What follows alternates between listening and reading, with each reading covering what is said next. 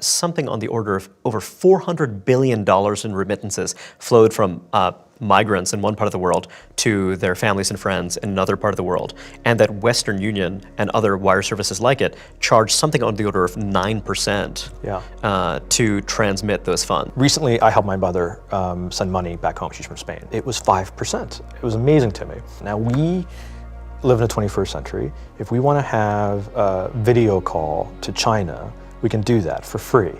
But to send a couple $100, which is essentially just ones and zeros being moved around, costs 5% plus takes over a day. What is the core idea behind Ethereum is, you can have a general purpose blockchain.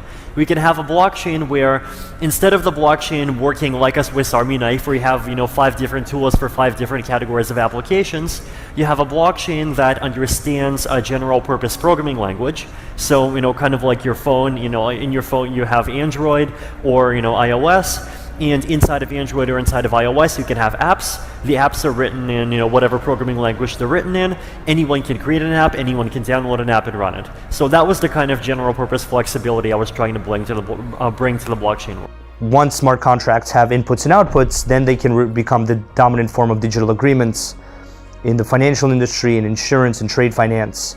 And until smart contracts have the ability to interface with useful inputs and outputs, it's going to be very difficult for them to do anything other than move tokens around. And essentially the solution to that problem is blockchain middleware. So blockchain middleware sits between the smart contract network where the digital agreement itself actually functions and the external systems that the agreement needs to know about. So basically what we focus on is providing data and payments as inputs and outputs to smart contracts.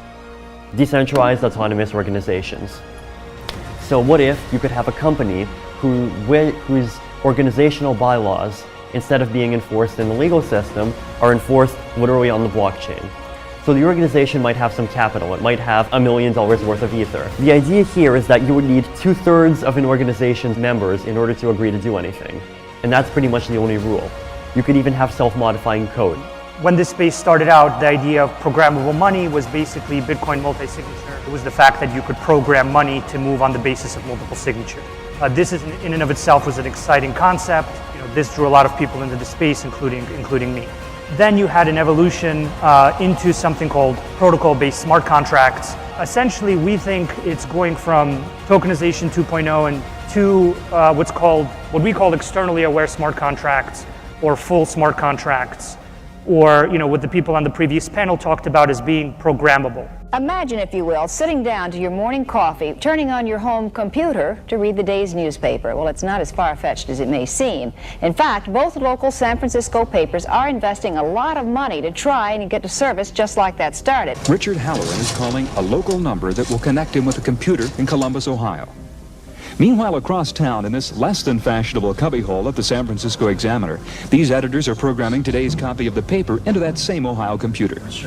When the telephone connection between these two terminals is made, the newest form of electronic journalism lights up Mr. Halloran's television with just about everything the Examiner prints in its regular edition.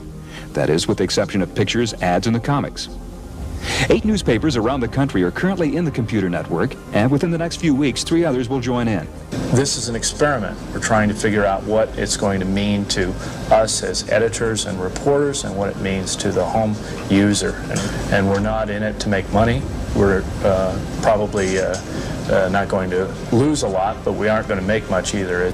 Well, it takes over 2 hours to receive the entire text of the newspaper over the phone, and with an hourly use charge of $5, the new telepaper won't be much competition for the 20-cent street edition.